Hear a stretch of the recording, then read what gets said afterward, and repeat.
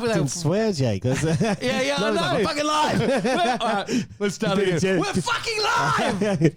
Being a gentleman. Well, I'm trying to be a gentleman. I'm not quite as. I'm not coming into this podcast quite as hot as far as the alcohol consumption's concerned. It's my first sip of red wine I just had before we got on. We've had a couple recently. People have. We were like, you can always retract or edit anything. There's a couple of people just be like, can you pull the whole thing? Because no one wants to listen to the right. Okay. No one wants to listen to that. We will stand by your edit rights, but we'll try not to go too fucking. We won't be here too long.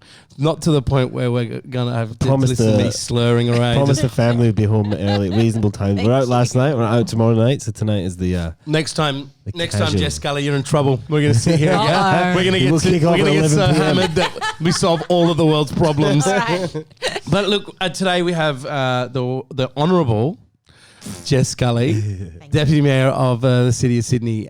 It's a great honour for us to have you here.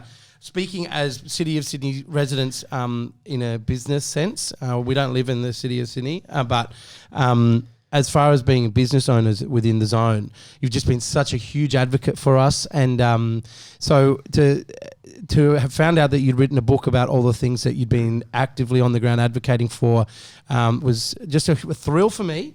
And I've got halfway through it, and this is it. It's good glimpses of Utopia. Can you buy give us, it? Yeah, buy it. Thanks, guys. Buy it. Give us a little bit of a background about how you ended up as deputy mayor. You know, like just the 2.5 minute version. How you ended up here, and then maybe segue into what it was that made you pick up a laptop and sit and put together. 400 fucking pages of highly researched, very intellectualized and empathetic language. Thanks. Well, look, okay, I'm going to try and stick to this 2.5 minute thing. Well, first of all, it's so good to be However here. long. But, I mean, for me, I don't know. I guess I come from this experience where I kind of felt like that life kind of isn't set up to be fair. Like I had this sort of like youthful sense of injustice. Like, hang on a minute. Everyone who's creative doesn't get a stage. Everyone who's talented doesn't get a microphone. How come that's the way it is? And I came from a perspective that, I grew up in Western Sydney. Both of my parents came here in the 70s from different parts of the world, places that are vastly unfair in themselves, right? My mum's from Chile and my dad's from India. And then I grew up in Western Sydney, and I was like, all of the cool stuff is so far away from me. Like, I didn't see an art exhibition till I was 15 years old. Yeah. And like, I saw this and I was like, this is entirely different world that I haven't had access to because of where I live and what I can see and what I can experience and how many trains I got to take to get there. And imagine everything that the world is missing out on because it's just set up unfair. And so I kind of became obsessed with politics because I thought politics is meant to be this tool to even out the haves and the have-nots, the people with a voice, the people with power, and the majority of people. Because most people don't have access and don't have power. And that's a huge loss of potential for a country, for the world, for solving the big problems we have.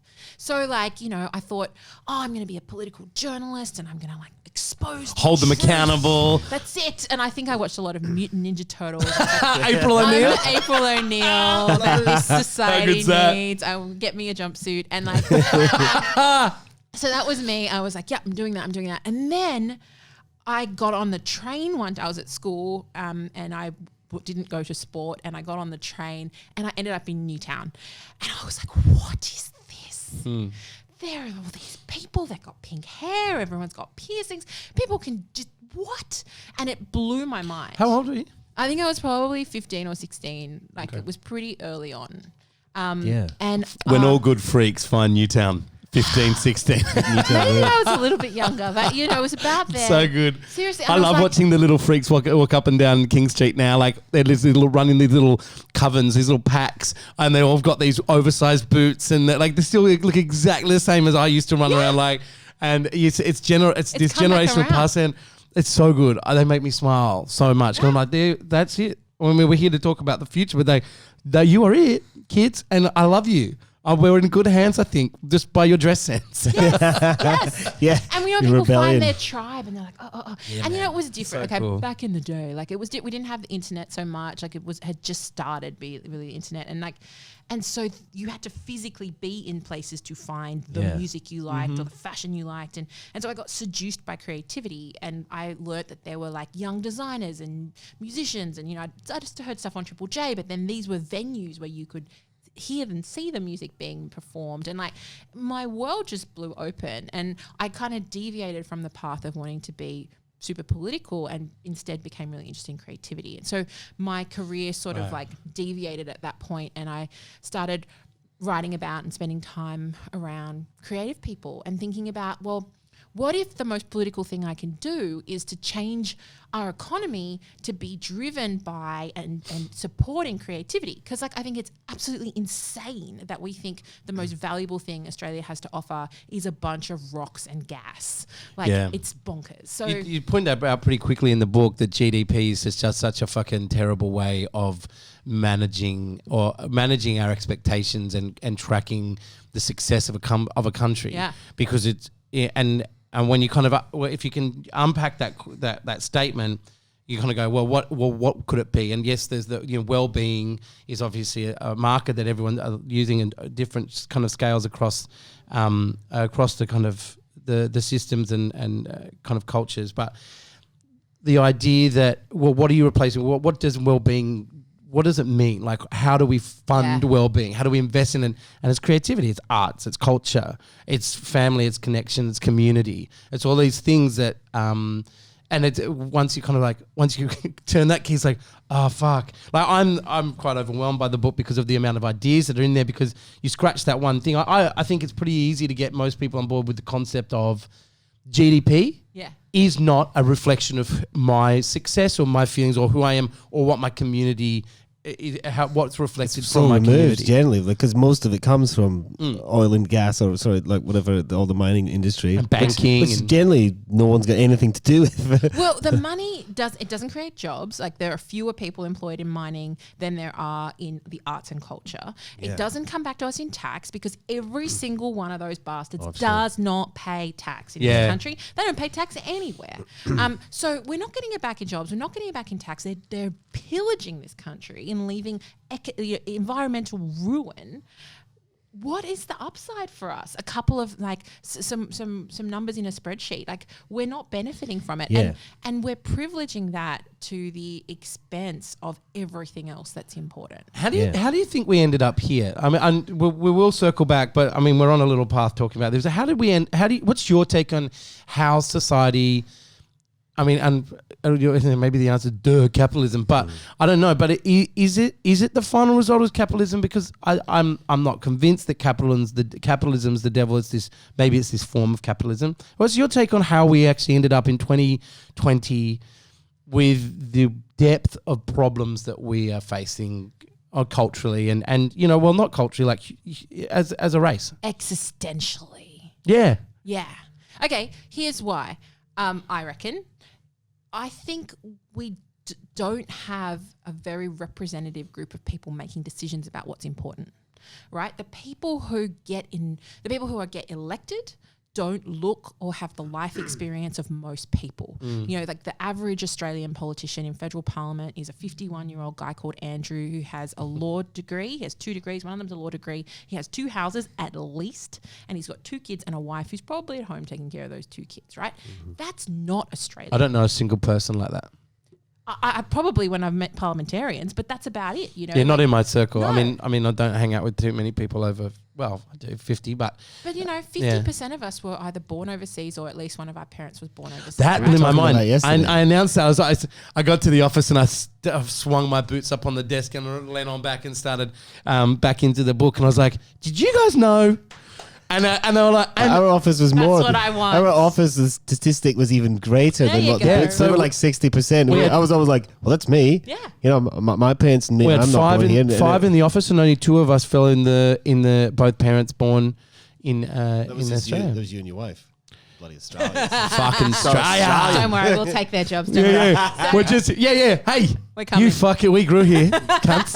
Yeah, I was like, hey, Jake, that's right. I flew here. Yeah, what you gonna do? Fuck you, you're the problem. So, they don't look like us. They don't have the life experience we've had. They don't value the diversity of things that most people value, right? They have this narrow view of the world. It doesn't mean that they're wrong. It's just not reflective of most people, right? But there's a real inability to sort of open up and accept that there's a difference, or there can be a difference. It's kind of like, no, this is the way. This is just the because one thing it's all that you've you ever value. had. Exactly. And all of us who studied law and economics believe the same thing, so we must be right. Yeah. Is kind of the way they come at it. And the second thing I'll say, it's the people we elect, but then it's the people that we let by default make decisions about our society. What do you mean by that? Okay, here's my. This isn't in the book, right? NIMBYs. Is this the afterwards? This is the after. This is the Yeah, next bit. This is I the like bit it. that I should have put in the book, right? And I didn't realize this wasn't a commonly known term, but I had to explain it to a mate of mine on the weekend. NIMBYs. Yeah. Right? So NIMBY means not in my backyard. Yeah. And NIMBYs are people who say, look, I love cycleways or affordable housing or whatever. I'm very supportive of, of nightlife, just not near me. Yeah. Right? And when you have people who are very interested in just protecting a certain set of interests, but they're the only ones who get involved in the political process, often at a local or state level, then their views are represented, and that's what shapes the city as well. So at a federal or a state level, it's who we elect to represent us and the choices that they make. And then at a local bottom-up level, it's the people that we kind of allow by default to be the ones who shape the cities and the places that we live in. Yeah. Because the rest of us might be too busy raising kids or running a business or Paying the bills. Exactly. Keeping the roof over their head, keeping the wall from the door, Or not knowing how to engage with politics and have their voice heard. I was going to say, so what do you think, what's your intuition around how it skews that way? Is it just literally a class economic thing where people who have slightly more money have the ability to be involved? Is it that simple? Because I would have thought intuitively, I would have been like the people who are most dispossessed would be the ones who are wanting to find the voice. But I feel like after reading the book and just being a human and alive and understanding a little bit about the world, that's not the case. It's not. Yeah. I mean, I think language is a large thing. It's confidence about feeling like you're entitled to have your say.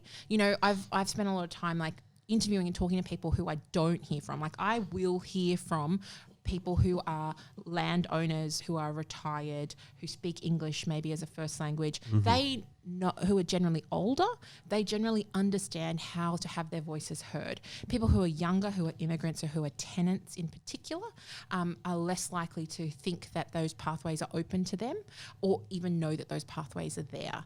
And I've had conversations with people who are like, oh, I'm a tenant, I rent, so I don't get to vote in the local council election. I'm like, no, you genuinely do. Something like more than 50% of the people in the city of Sydney are tenants. Yeah. And you're entitled to vote.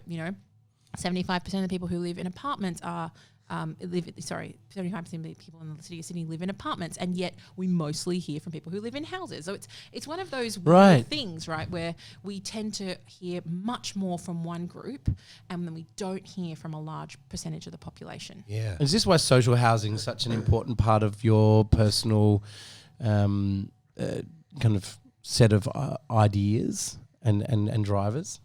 I think social housing is really important because, well, look, I think the way that we do housing in general is totally screwed in Australia. Yeah, agreed. It's kind of weird. It just doesn't make any sense the way we build houses or the way we create space. It's like it's just gone, here it is.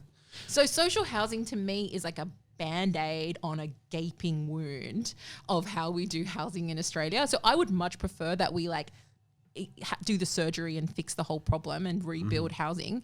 But until we do that, we need to invest more in social housing. So what's the gaping wound? The gaping wound is we treat housing like people's best property, best retirement savings and asset. Yeah, it's an asset. It's no longer a home. It's That's right. Everything's based around the financial viability of Which is why Andrew, the politician, has 2 houses, not 1. And when people, it baffles me that idea where it's stopped becoming the right thing to do to, I don't know, whether it's stick a pool in or put in a ridiculous fucking room in your house because you love it because it won't help the value of your house. So it's almost like they're building their house for the next person. You're overcapitalizing, mate. Yeah. You know, it's Is that a thing? yeah, it's a thing. As a perennial renter, I'm not quite yet. You haven't had to have the pool struggle yet. Yeah. What do I do? My rebellion is just to put up pictures where I fucking want. It's like, if I want to pay so much rent, I'm going to put a picture on that wall. I'm going to put a hole right in it. But the thing that's bonkers is like in other parts of the world, people rent and do put holes in the wall, and people rent and are in their place for 10 years and they have security of tenure. Yeah. Because okay, I'm about to get real boring. No, it's not boring. Because the institutional Nailed it. Shut up. I deserve that. Sorry. I mean, you do remember we brought an author in to talk to and a politician. Yeah. Snooze-a-roos. No, please continue. No. The thing that we've done is like we've said to everyone, be a landlord. Right, that's your superannuation plan. Be a landlord. But do you know what? It sucks to be a landlord, even for the landlord. It sucks to have a landlord who's over your shoulder.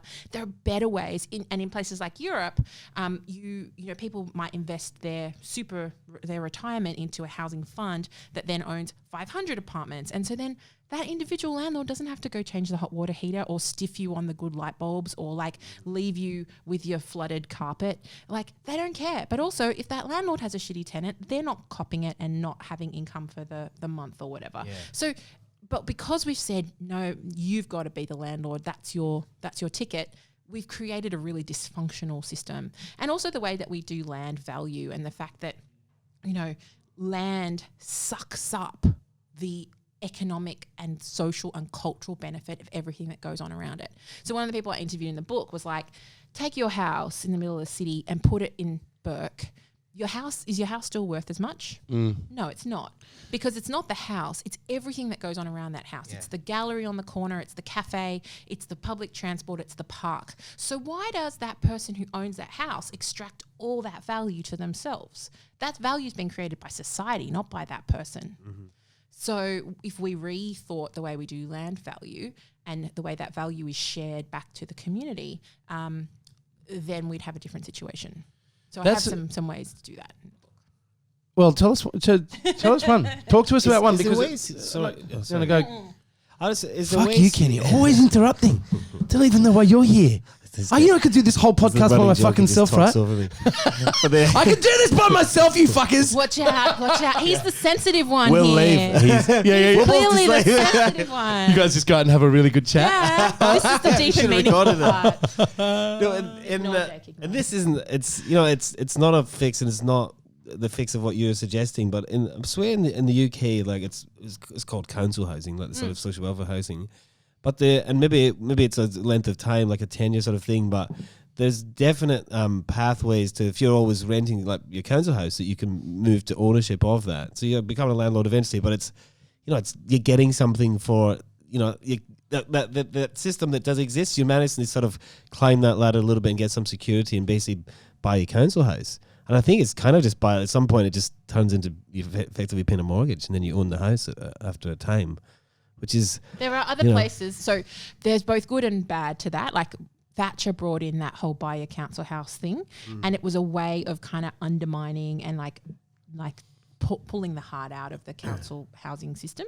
And so that, in a sense, is not useful. Yeah. But there are lots of places in the world where you can have like rent to buy. Yes. And that is a good system as well. And there's even a group in Melbourne who do a version of rent to buy as well, a really interesting group called Assemble who are working on something like that as well. So I think we need, private. Right now we're painting with black, white and grey, right?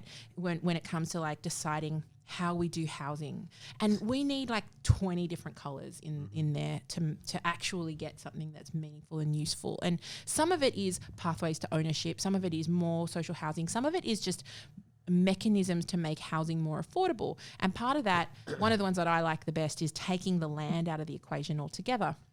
And it's this system called community land trusts, where you get the land and it might be owned by a council or a church or a wealthy person or whoever, and they put that land in a trust forever. And they're like, this land will always be used for housing affordably. Yeah. And then we will build something on top of it.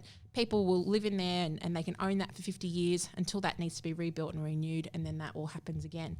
But you don't have to pay for the price of land going up at 5% every year and your rent or the huge development costs of that having to happen. So there are tools in order to do that. But because with the system we have only allows us to paint with this limited palette, we're not getting any different solutions.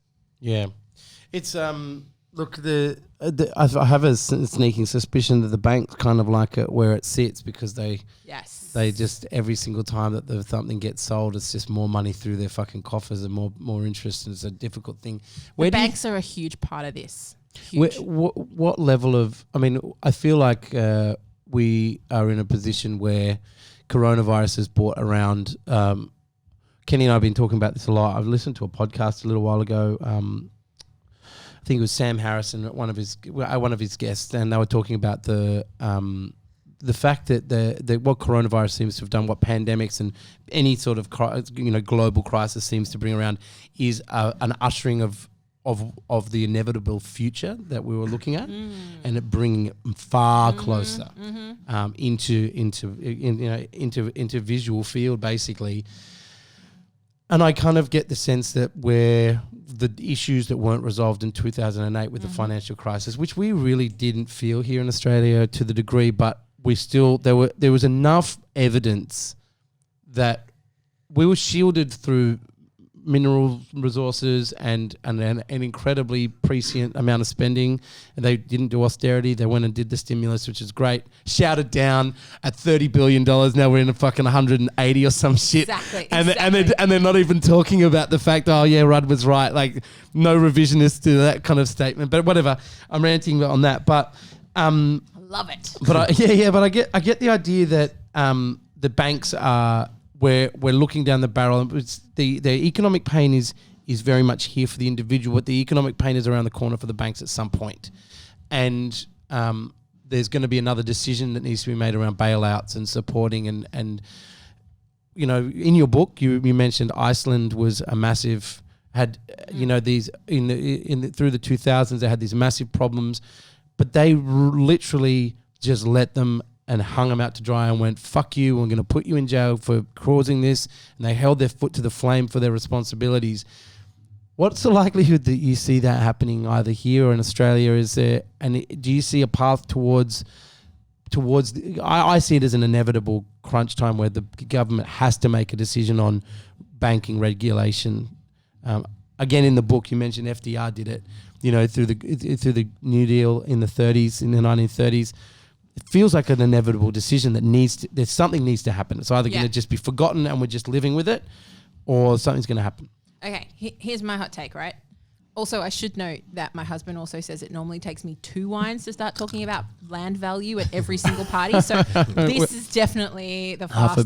Half a beer. I've we bring that out in to land value. It's like going contact drunk. I think I just got it from the urinal. From yesterday. So that's a real achievement here today. But look, I do not have one smidge of faith that the banks that we have are going to reform their ways. No. I also, and people always say, oh, but what's the likelihood that this is going to happen?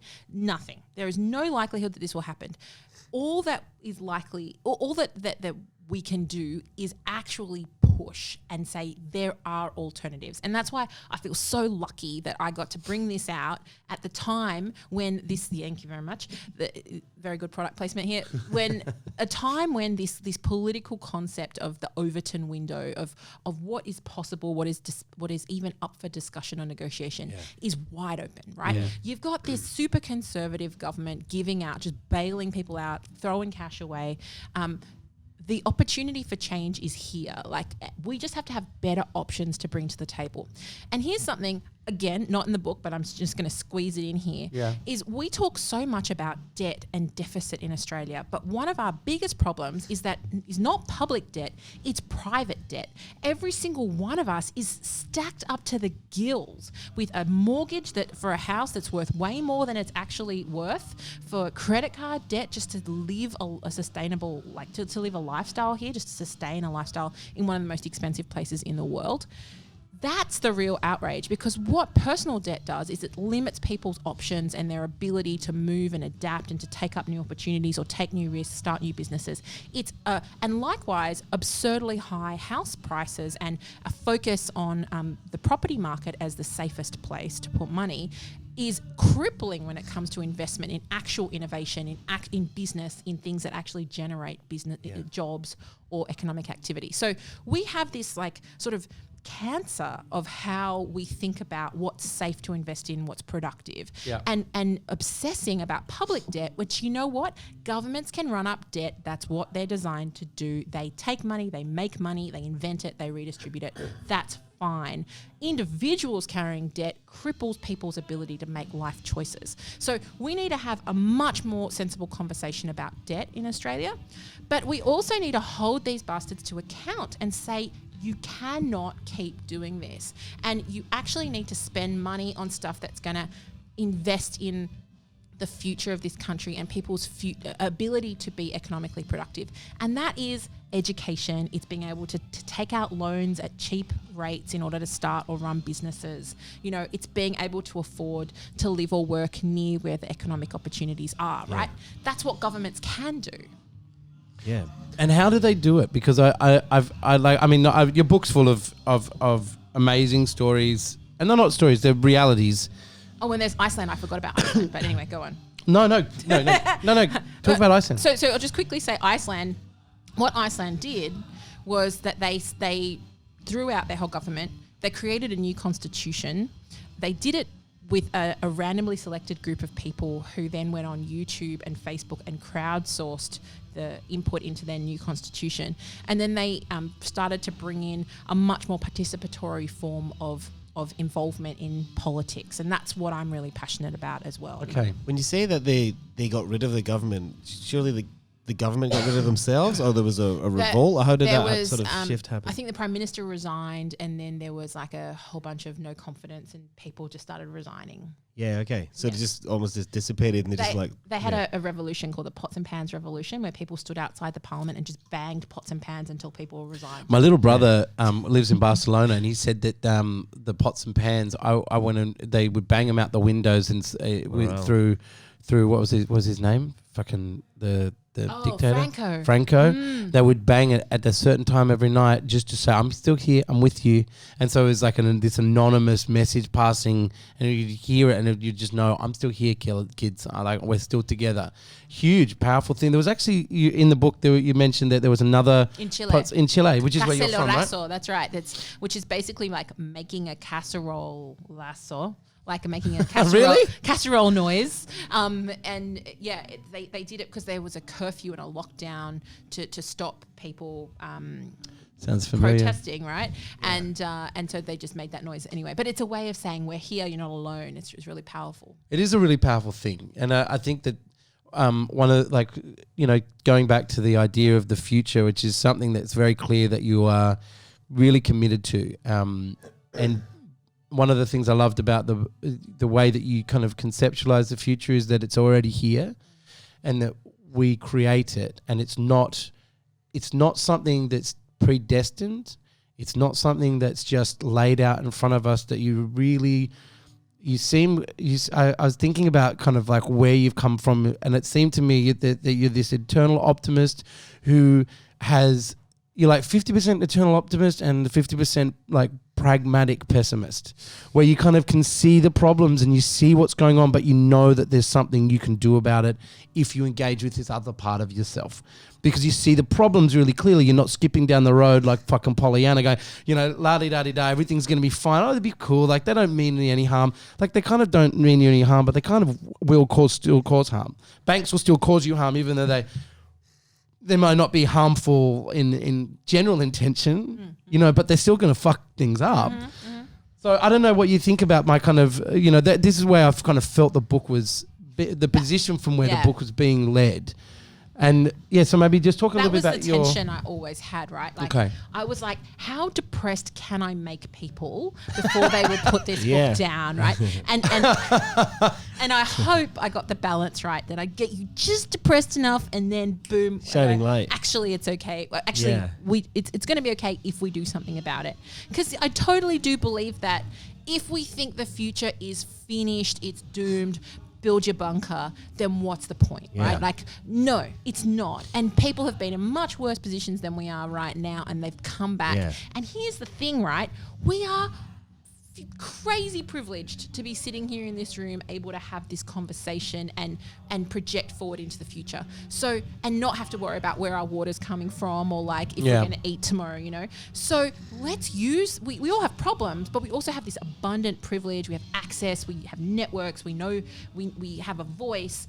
Let's use that. And I just want to give people a sense of what to throw themselves at and an idea that they have the power to make an impact if they do throw themselves at it. Are there any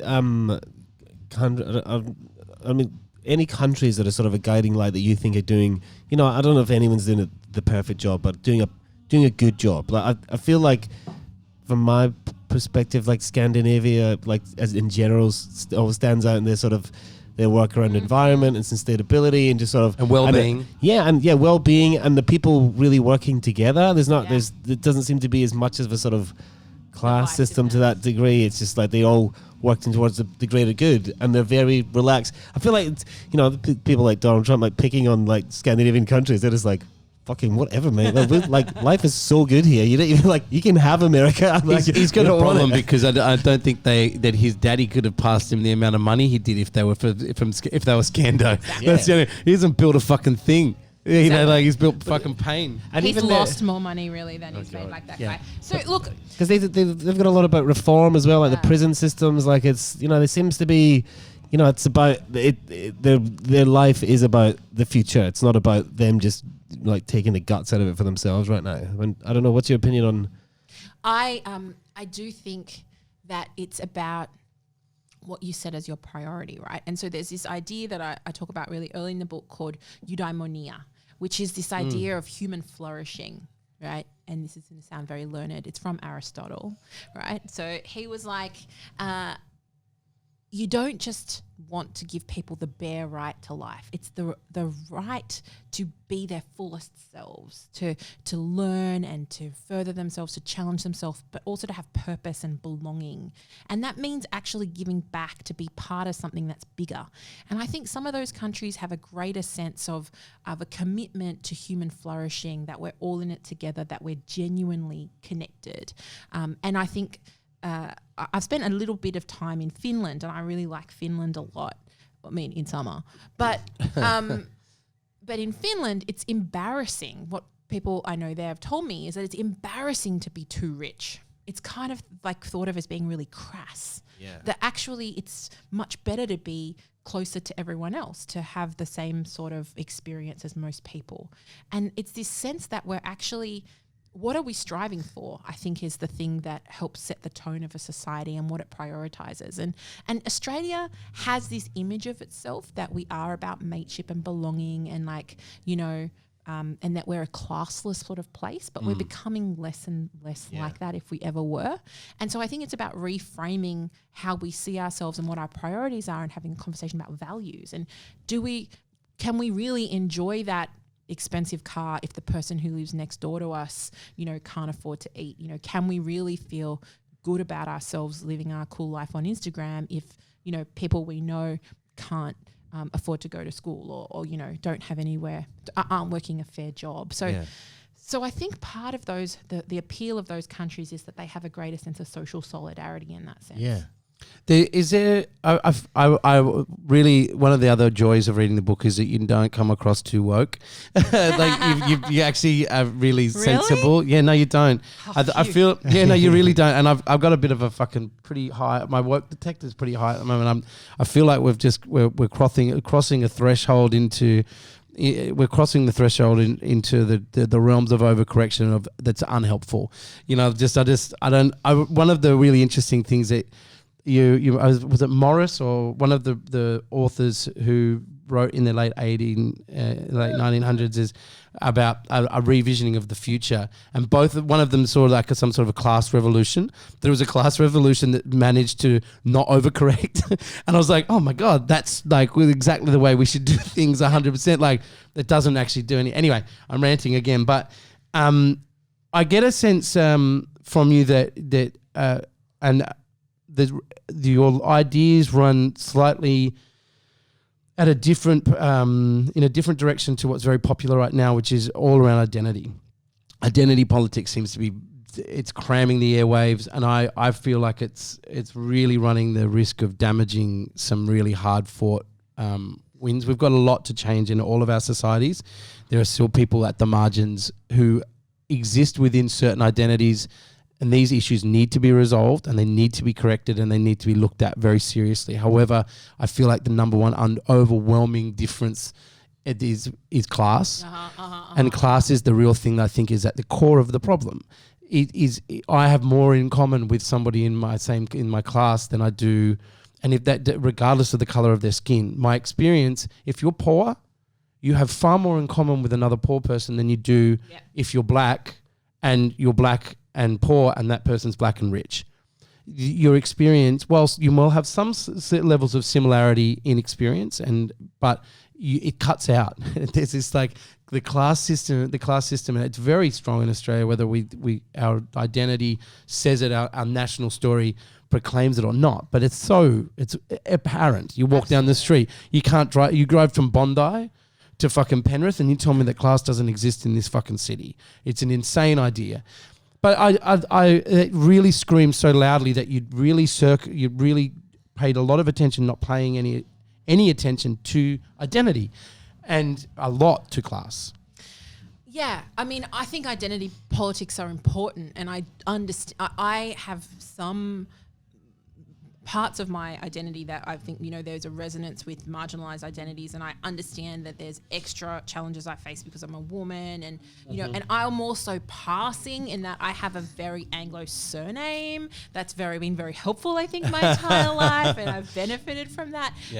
But I do think class is a fundamental consideration that is also really important to discuss. And I think I'm very interested in addressing and spotlighting that. And I do think that we have to go back to some sense of class solidarity. And it's really hard to say that without sounding like I'm about to try and sell you a newsletter.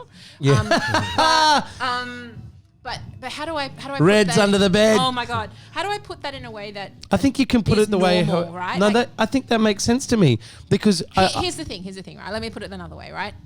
We have more in common with a homeless person than a billionaire, and I think we constantly have to say you are closer to being homeless than a billionaire, especially as a rent. If you rent 100%. And even if you own a home, a regular home, you're 100%. But it's we all get sold this idea that that we will never be that person.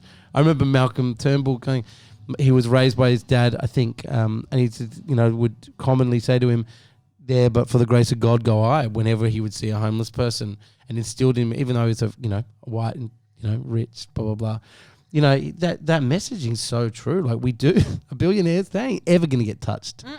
And you know what? Like, it is absolutely true that every billionaire is a policy failure. It means you don't make $1 billion, you take $1 billion. All of that stuff is absolutely true. But how do we reorient? We have this entire system of advertising and aspiration that makes us think, I could get there. I'm close to that. Or, if I have those sneakers, or if I go to that holiday place or whatever, I drink that drink, I'm kind of living that lifestyle.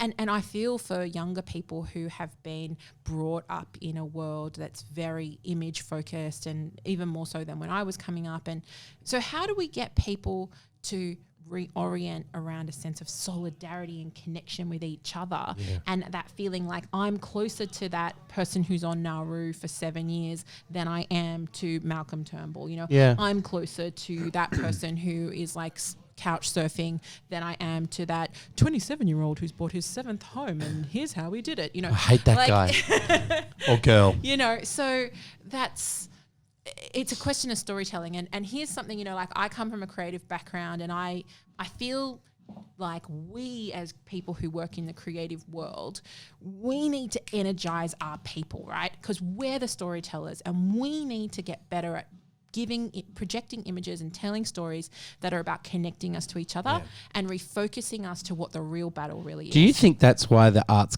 cultures... Oh, yes, please, ma'am.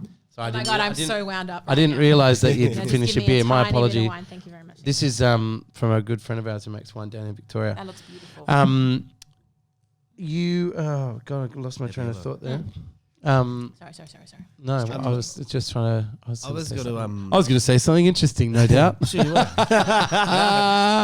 Let Kenny say something. Yeah, please. We touched on it talking with Jake earlier, and I suppose you've just come to a point that makes it sort of relevant, which is you know, we've gotten to know you in a way just directly linked to our industry, which is hospitality, which is very much involved in the wee hours of the morning or the night, whatever. And the sort of the link of creativity and the culture of a city, and you know that. I mean, you spoke about earlier that point of the tangibility not surrounded by GDP. Like, where does the culture and the sort of the nightlife, like, where does that sit? Why do you think it's so important? Like, what's its point? Like, I know that's something that you live and breathe, but I feel like when people like Jake and I talk about it, and we talk about it a lot, and we think it's probably overlooked how serious we take the culture and our accountability around that, and also we probably looked upon profiteering around that because of course we want it to be good because we make money. It's, you know, that's how our businesses make money. But as someone who's on the other side, I'd like to sort of get your viewpoint on, you know, why people should take it more seriously. We're not just publicans trying to get your money. Yeah, it's about the community and about what it means. Like, yeah, 100%. And you know, and I almost have finished that story from like the very beginning of like, well, then how did I get into politics? It's like, you know what? For me, as someone coming from the outside, you know, when I first like moved to the inner city and like went to uni and like, you know, found my tribe, you know, nightlife did that for me. You know, music and venues and like gigs and raves and like that's where I found my people and I felt connected and found my confidence and my voice and that I want everyone to have that experience. And like sometimes Sydney, you know, I've heard from people who've moved here that it can be a hard city to get a foothold and to build your connections and find your tribe. Yeah, you can eat people up and just like spin them out like so easily. And nightlife is the warm embrace that brings people in and loosens everyone's, you know, inhibitions or insecurities and gives them a way to connect with each other and a reason to talk to the person standing next to them and like and so it's really important from a social perspective to have that. It's really important from a cultural and expressive and like a fundamental human need to tell stories and express themselves and to like, you know, dance around the fire and put something on the rock walls and, you know, everything that we see happening in a venue or in a pub. That is essential human stuff, right? So it's really important from a cultural and human perspective. It's important from a social perspective and it's important from an economic perspective because nobody sets up a business nobody, you know, spends time and invests money in a city that doesn't have a soul. And nightlife and culture is what helps give a city a soul, you know. That's where your personality comes out to play, where you understand what your distinctive offering is on the world, right? Yeah. So for all of those reasons, nightlife is big and important and meaningful. There's a pride in it. It's like if you're abroad and telling someone about Sydney, you talk about these things. You don't talk about how much fucking money we brought in like in the last 6 months. Exactly. You know what I mean? You talk about, oh, these are my favorite restaurants. If you ever come, you go here. This is like the music. You put it on spot. You let people. You share your culture. Yeah, we're not sharing financial documents. That's right. Let me send you a spreadsheet. Yeah. But, you know, and that's why we all copped this blow to our identity over the past 6 years when we had the lockout laws, because we had to start out by apologizing for our city everywhere we went in the world, right? Yeah. Well, that's not a problem so much anymore, but you know. Yeah, known as the most boring city in the world. Oh, Sydney, I heard it's dead. And no. You know, you'd have to start every conversation. Yeah, come to Mary's Newtown. They're not dead yet, motherfucker. We're not dead yet. So, you know, and you'd have to correct that misapprehension, and, you know, so it's really important. And I was talking to the Nightmare of Groningen the other day. I was telling you guys, and he said, you know, when they've haven't had a curfew there since the 80s, and even when they tried to introduce one recently, even people who were quite conservative and who haven't gone out in years said, hang on, that's not the identity of our place. We are a place without a curfew. And I thought, how do we get that vibe in Sydney and that sense of pride that it's part of our identity to have a strong nightlife? And in the same way that it's become part of our identity to have like a thriving restaurant scene, for example. Yeah. I remember I've rehitched my train of thought that got derailed there for a minute. Thank Christ it's still on topic. But it's a little bit weird. But there's a bit of a conspiracy theory nut in me at all times. I get a bit paranoid about shit, but It's all that weed you've been smoking. yeah, I've been getting real good at that, by the way. Just those a couple of little fucking drops, and I'm fucking great.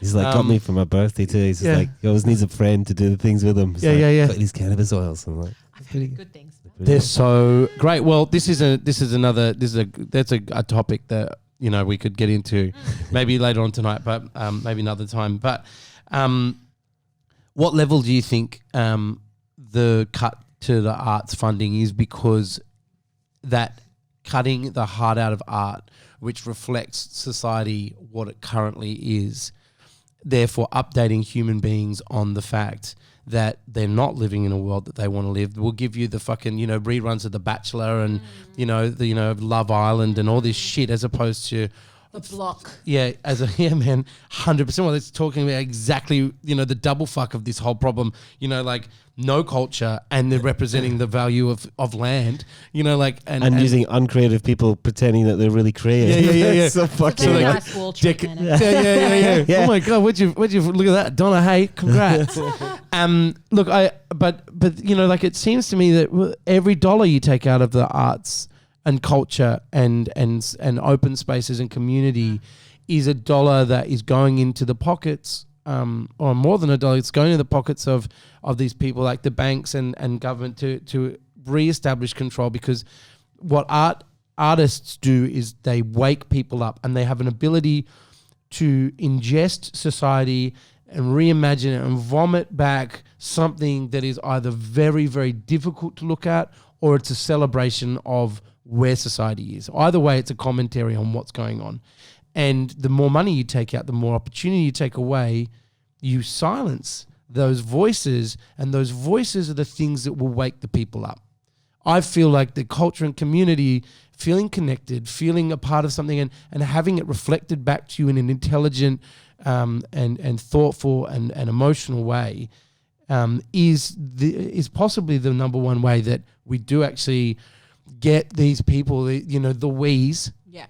You're very clearly talking in the we and the thems, and I agree. Like the we's of the world, the vast majority of people who are underrepresented, and how do we get them actually involved in the process? And your book has some amazing kind of ways, places like Taiwan, the way that they're kind of what did you say, crowdfunding ideas, but how do you get them to even turn the fucking computer on or go to the web browser to answer the survey, to be engaged, unless there's something else driving them and waking them up from the fucking stupor that most people like we get deadened with sugar, and we get deadened with fucking with TV. There's these fucking horrible things. But it's not just that. It's not just that, Jake. Because like, you know what, it's a system that's designed on deficit and insufficiency, and you're constantly, you don't have enough money or time to survive in the world. And I get it, man. Like if I had to spend 2 hours a day sitting on the M4, I would crave the West Connects, and I would want to be there faster, and I would want cheaper fuel, and I would be happy if they, you know, and if I was struggling to get home in time to see they're giving my kids solutions. going to bed. They're giving solutions to problems that have been created by them. Exactly. Exactly. And so this is the thing. It's a system that is self-fulfilling and it's not a grand conspiracy. It's not 5G. It's not chemtrails. It's not Bill Gates. Come on, make it interesting for me. But I understand why people cling to the idea of a conspiracy because it does feel like this thing is orchestrated to work against them. It does feel like the system's unfair. And because we, and when I say we, I mean creative people, artists, storytellers, and people on the left politically haven't been as good at explaining the dysfunction of this system, we've given room for this really shitty set of explanations to take root. Yeah. And also, what we're also battling against the block and the network and the narrowing field of media access and all of those things that mean people have fewer options to choose from in terms of the life choices they make or the explanations they have to turn to. So what can we do now as creatives, right, to tell better stories, to try and explain complicated things in simple ways? It's really, really hard to tell complicated stories simply. Yeah. And it's such a big set of problems. So that's literally the definition of artistic genius is literally the more efficiently and the more beautifully and simply you can explain very complicated ideas through formats that are visceral and emotive and felt. And that's the thing I think is like, really damaging and successful about those terrible conspiracies is they're emotive and they tack onto things that everybody's worried about, like child exploitation, for example, to make people feel an emotional response. So how do we counteract that? How do we tell more powerful stories? And I think, and how do we explain things more clearly? And I think part of it is each of us going, let's work together, but let's figure out what am I best at and what are you best at and what are you best at? What skills do your friends have? How do we break this world of problems down into something that's manageable? And how do we show the connectedness? And it's back to that idea of class solidarity, of like the connectedness between the person who can't pay their rent and the person who's getting stiffed at their job and the person who can't go out, or can't put on a gig. There is a connection to all of that, and the connection to arts and arts funding, of course, is real too.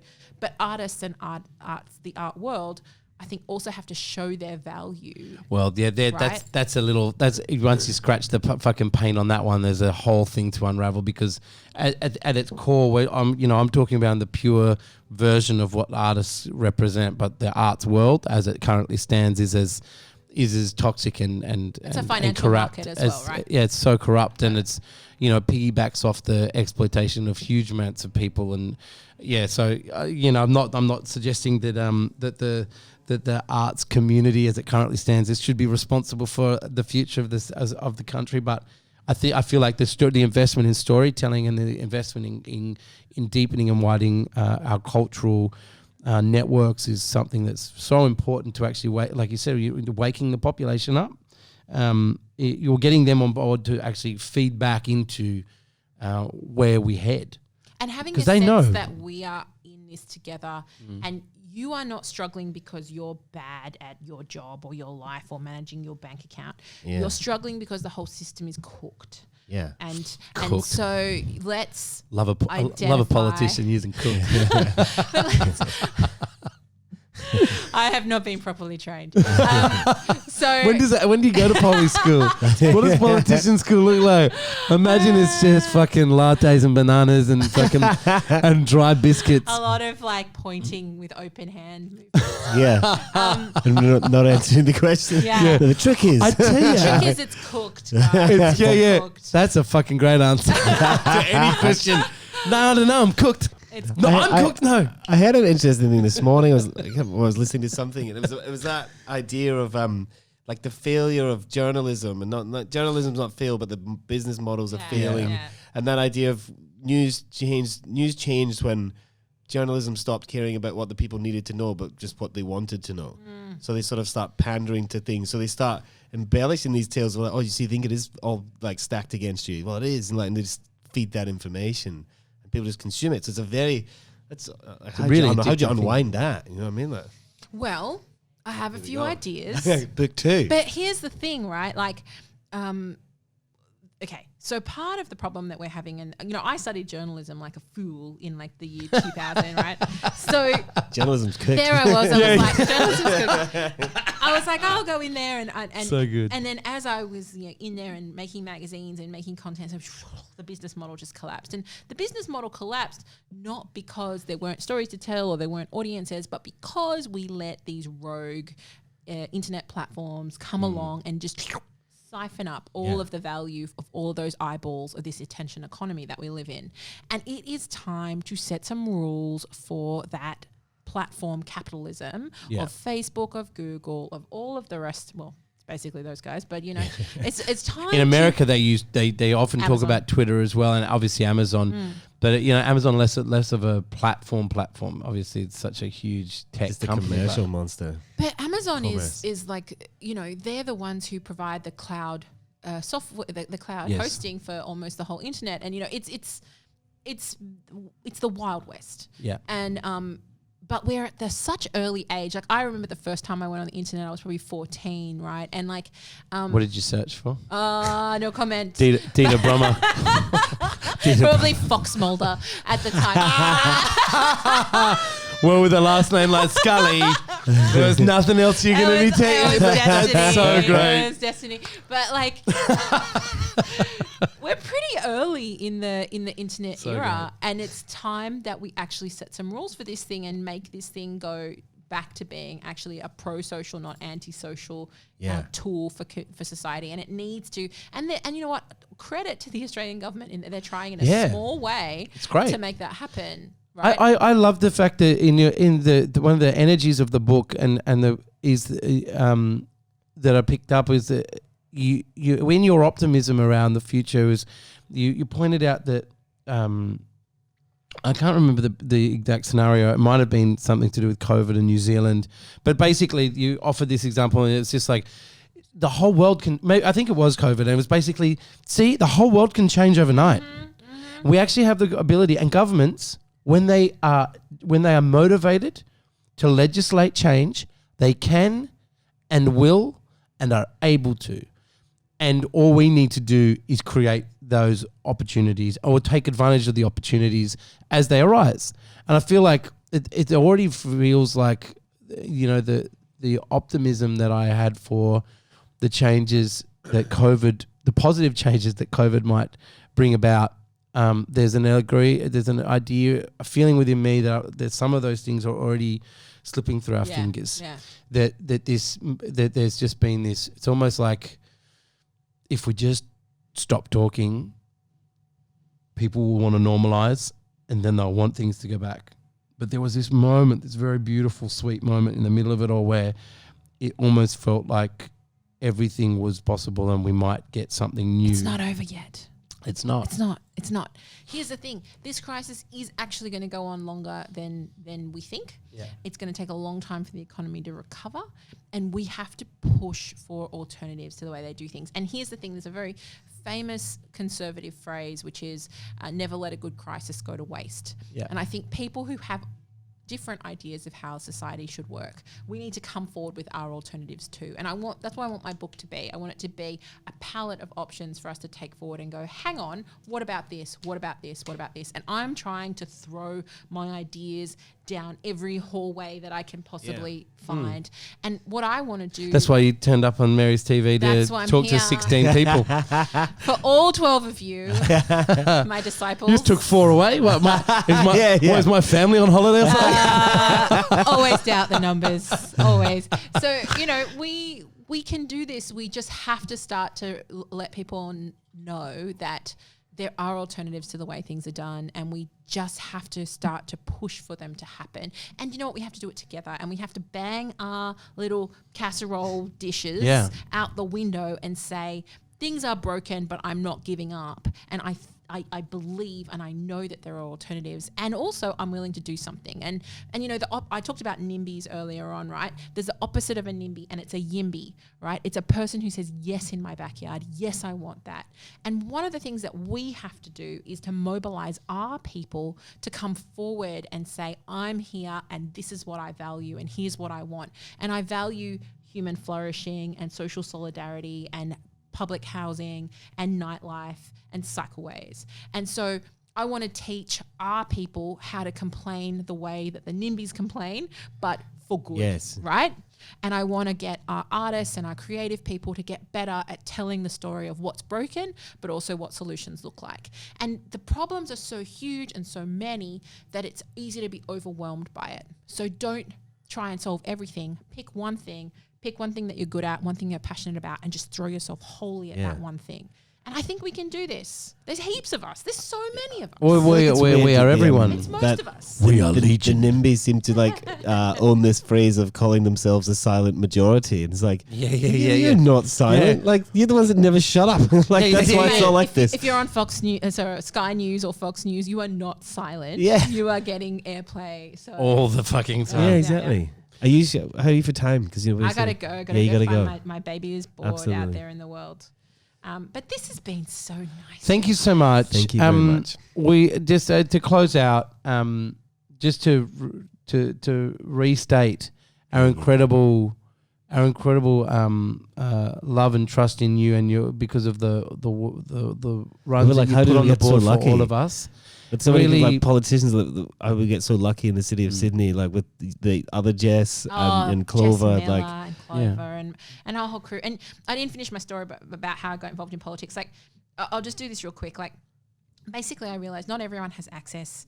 I realized that we could make center creativity, but then I also realized that cities, creativity is not an abstract thing that happens in a cloud or online or on Etsy or on, SoundCloud. It's something that happens in physical places. Yes. And physical places are political. Yeah. Like, if you care about art or music or culture, then you have to vote and you have to show up and you have to say, I care about this shit and it has to happen here. I have to make space and money for this to happen here. And so I realized that cities were really important to incubating those things. And then I thought, I'm going to throw myself into politics one day when I'm retired. And then Clover came around and was like, I like what you do. Would you like to join my team? And I idolize her. Like, I think she's been a progressive independent fighting, for the cause of progressive ideas and new ideas for as long as I've been born alive, right? So I signed up and became part of her team. And so that's how I got into politics because, I think if we can fight for the things we love, we have to realize that they happen in place and place is political. And we can't just assume someone else is going to show up and fight on our behalf because there's a lot of people who are fighting for the opposite point of view. Yeah. So I want everyone, all 12 or 16 of you, to show We might up. even get a bump for 20 if part of your family watches. Fucking hell. You know what? Let's not be afraid to be political about the things we love. Well, I like I said, we feel really honoured that you had take a bit of time out to come and have a chat with us, but more so that there's actually that our city is represented by people with such deep conviction and thoughtfulness and kindness and empathy. And we'd love to have you back to actually keep talking. And maybe next time we can clear a bit of space in your very crazy diary where we have more than one There's glass. 11 jobs that you have. And we really we really solve all of life's problems by getting real loose. But Let's do it. really, thank you so much. Yeah, it's been a great pleasure. Thank you. And go buy the fucking book. Thank you very much. Yeah, buy the book. Buy the fucking book. Thanks, Jess. Thanks, guys.